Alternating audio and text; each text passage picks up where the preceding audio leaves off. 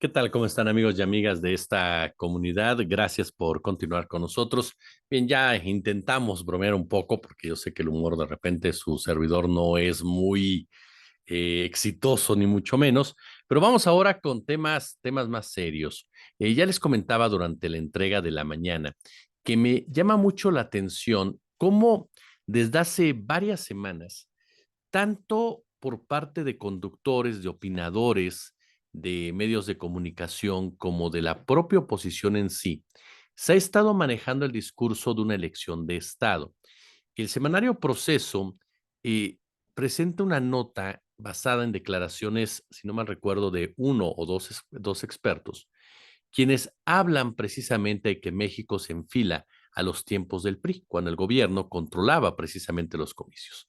Según ellos, el control que el gobierno federal busca sobre los organismos electorales vía sus crisis gubernamentales internas contribuiría a que las trampas en las elecciones de 2024 se validen como actos consumados, periodo que ya se había superado, según advierten especialistas y ex consejeros. A mí, sinceramente, me parece una exageración por parte de estas voces llegar a ese escenario. Y más que nada, me suena a un lavado de cara, ¿no? A poner las barbas a remojar ante lo que estos mismos hombres, de una u otra manera cercanos a la oposición o anti López Obradoristas, em, quieren, ven venir, que es una derrota contundente del PAN, del PRI y del PRD. Y para ello comienzan a manejar ya esta versión de que el gobierno federal tiene el control del INE. No se dan cuenta lo que está pasando en el INE.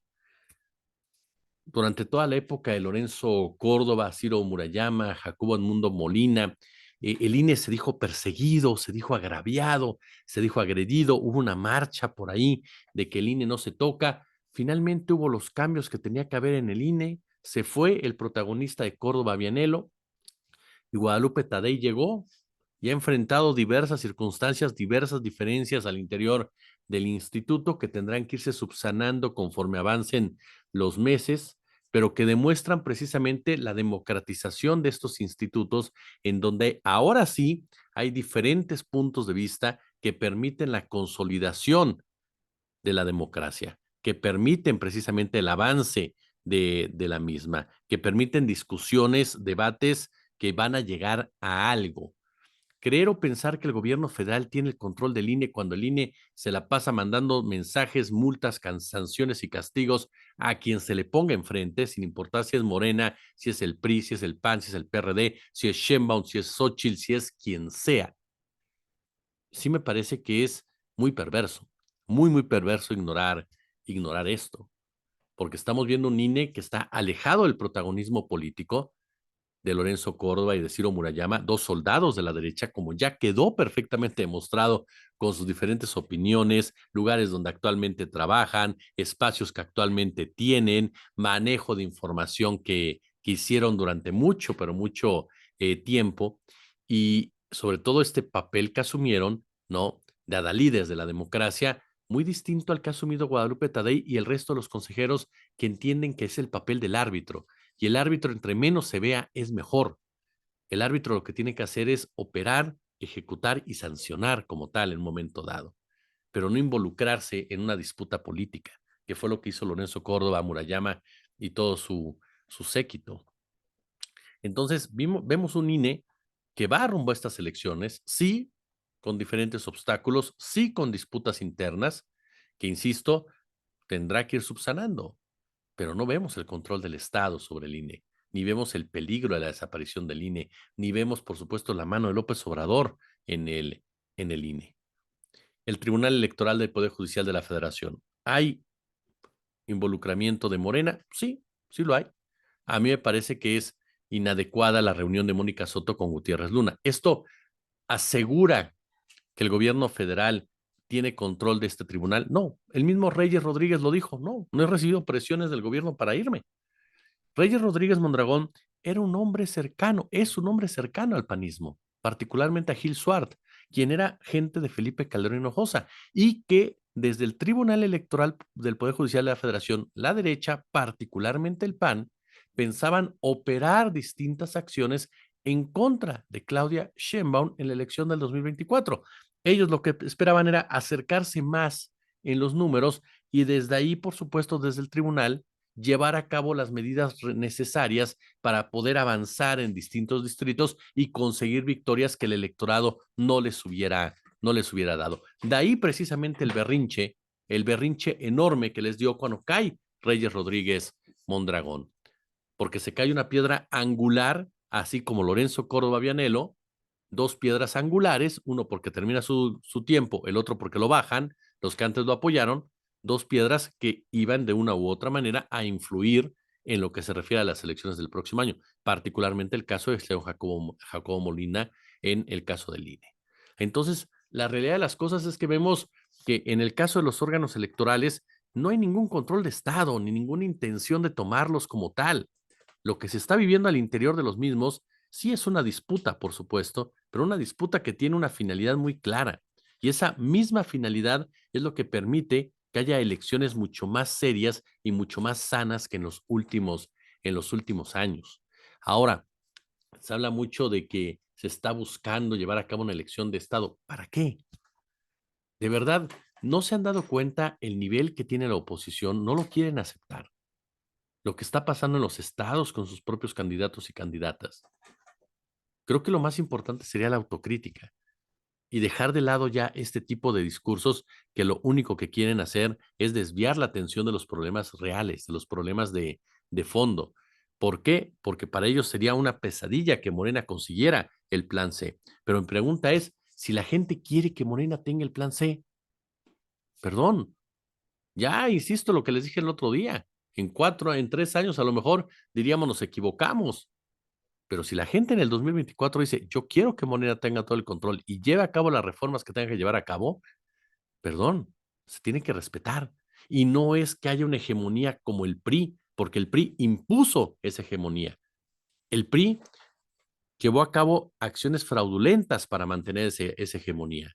Aquí sería el votante el que de forma mayoritaria diría, quiero que las cosas salgan de esta manera. Estaríamos hablando, sí, de una democracia aún imperfecta, pero que vendría de abajo para arriba y no de arriba para abajo, como se ha acostumbrado durante mucho, pero mucho tiempo. Cuando nos hablan, por ejemplo, de que van a validar las trampas, el PRI en realidad solamente necesitó una, una ocasión, llevar a cabo una elección como tal de Estado, sobre todo en el México moderno, que fue en el 88. En el resto, la oposición realmente no le quitaba el sueño. Y cuando más peligro uno pensaría que podía tener el partido tricolor en el poder, tenían el crimen tal en sus manos que eliminaban a cualquier contendiente, que lo limitaban, que los amenazaban, que los disuadían a punta de garrotazos. Pero fuera de 1988, ¿de qué me están hablando estos expertos? Las elecciones que llevaba a cabo precisamente el tricolor tenían mucho que ver, pero mucho que ver en la conformación del PRI como partido político, en su manera de organizarse, en su manera de actuar al, al respecto. Y de aquí brincamos a otro punto que me parece muy importante, el de Rosario Robles Berlanga. Rosario Robles ya lo dijo incluso en una entrevista, ya habló precisamente de su inocencia, de que todo el mundo ha dicho que es inocente, pero ¿qué cree? La Auditoría Superior de la Federación dijo, a ver, permíteme tantito, ¿no? ¿Por qué? Porque para nosotros no eres inocente. Para nosotros sí tienes una responsabilidad real, por supuesto, en la estafa maestra. Y es que la Auditoría Superior de la Federación fue realmente la que descubrió estos desvíos millonarios. Después vino un gran trabajo periodístico, pero en la que descubrió el origen de todo fue la señora Buchaín, fue precisamente Juan Manuel Portal, quienes hablaron incluso con el presidente Peña Nieto para advertirle lo que estaba pasando, que hablaron con la propia Rosario Robles y que sin embargo estos no hicieron absolutamente nada para justificar, para sustentar lo que se estaba denunciando en ese momento. Entonces ahora que una autoridad judicial dice va para atrás este dictamen de que Rosario Robles es totalmente inocente, vale la pena también recordar un poco quién es Rosario Robles Berlanga, un personaje muy particular de nuestra historia, una mujer de formación de izquierda, definitivamente, en la Universidad Nacional Autónoma de México, quien se involucró directamente con el Partido de la Revolución Democrática, que fue cardenista en muchos sentidos, jefa de gobierno, después de que el ingeniero Cárdenas se fue a contender por la presidencia de la República, y que sin embargo es como Jesús Zambrano, Jesús Ortega o la propia Amalia García, personajes que los seduce el poder, personajes que se dejan llevar por el dinero, que se dejan llevar por las ambiciones totalmente personales. Y esas ambiciones personales los llevan a mezclar lo personal con lo profesional y obviamente con lo político. Y es ahí precisamente donde trastocan las cuestiones de ética. Rosario Robles, por supuesto que le debe estar agradecida a Peña Nieto porque la rescató del ostracismo, la rescató después de haber sido totalmente golpeada, defenestrada, no solamente por el PAN y el PRI, sino por los propios integrantes del partido que llegó a dirigir a nivel nacional. Y por eso se calla, por eso y por el enorme temor que seguramente debe tener y porque sabe cómo se las gastan los priistas. Basta ver lo que pasó con Isaac Gamboa, ¿no? Un hombre clave para entender todo el entramado de la Operación Zafiro y que fue asesinado por su esposa, ¿no? Supuestamente. O sea, una muerte muy, pero muy, muy oportuna para el PRI, ¿no? El PRI de Luis Videgaray, el PRI de Manlio Fabio Beltrones. Entonces, la propia Robles sabe perfectamente bien con quiénes está tratando. Y es un personaje que, insisto, simboliza a esa, a esa izquierda caída, a esa izquierda hipócrita, a esa izquierda que hoy por hoy es el Partido de la Revolución Democrática, una izquierda entrecomillada, una izquierda totalmente corrupta, una izquierda que hace mucho tiempo olvidó lo que es la cuestión social, que simple y llanamente está en el poder para seguir viviendo del, del poder. Y no es un tema, por supuesto, menor ni mucho menos lo que vemos con la señora Rosario Robles, porque, insisto, refleja mucho de lo que es esa izquierda que debería de ponernos a pensar, en muchos sentidos, en la conformación partidista que se va a dar en los próximos años en en nuestro país. Por cierto, que Xochitl Gálvez se reunió ya, ¿no?, con los magistrados del Tribunal Electoral que le dijeron, aquí las cosas van a ser imparciales, van a ser autónomos, van a ser totalmente independientes. Me imagino que eso no es suficiente para estos expertos que pues insisten, ¿no? Definitivamente que si la derrota de Xochitl se da es porque Claudia Sheinbaum compró todas las encuestas, es porque el presidente de la República está en todos lados. Yo concluiría con eso. Vemos un presidente de la República muy popular para un sector de la población, pero yo creo que es más popular entre la oposición. La oposición duerme, sueña, come, vive a Andrés Manuel López Obrador. Lo ha vuelto omnipresente, lo ha vuelto un personaje que está en todos lados, lo ha vuelto un personaje que se mete en todos lados, lo ha vuelto un personaje que sin duda alguna, yo mi pregunta es, ¿qué va a hacer la oposición cuando se vaya Andrés Manuel López Obrador?